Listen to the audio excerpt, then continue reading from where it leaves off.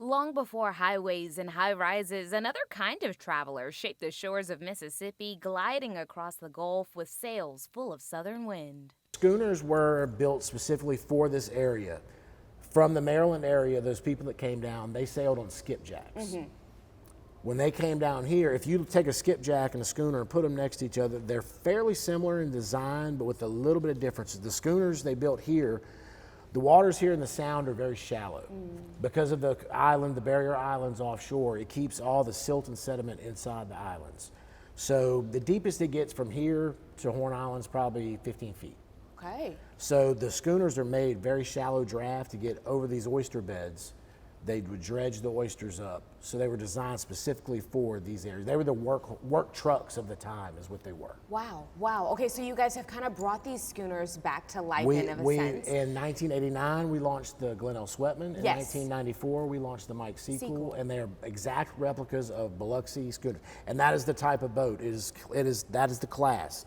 Biloxi oyster schooner is the type Biloxi of has boat. its own class We have of our own class schooners. of boats, Very yes. good. Tell me, what is the experience for people to now get on those boats today? During the summer, we have our sea and sail camp where we actually take children out on the boats and show them how to sail.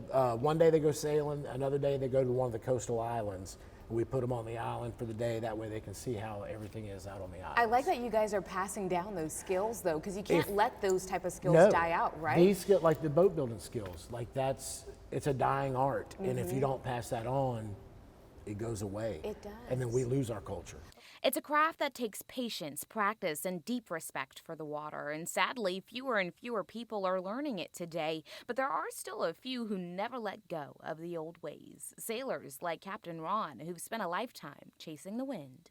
We're out here with Captain Ron. He knows everything about schooner cruising because he's 94 years old and you have all of the knowledge and maybe even then some. How are you? I'm doing fine. One of the problems is 94 years old. Some of the stuff I know, I forgot. Well, let's talk about the stuff you remember. My goodness, seamanship, it's evolved and it's changed over the years. What do you think is one thing that shouldn't be lost when it comes to this art as new people and the new generation start to come in? Well, that's a tough one. Sailing is about attention. If you're not paying attention when you're out there sailing, you're going to get in trouble. It's interesting that most people, when they're out here, have their phone out for one reason only, and that's to take pictures. Take pictures, indeed, because They it's so don't- scenic. Don't do a lot of talking and mix with the people and get to know each other. And it's just a great way to relax, I think. You know. Yeah, well, again, that's what vacation is all about, rest and relaxation. And I know you're about to get us going on this boat, but I think we have to cheers to rest and relaxation. We got a little charcuterie and a little champagne. Are you ready for that? Oh yeah. Oh yeah.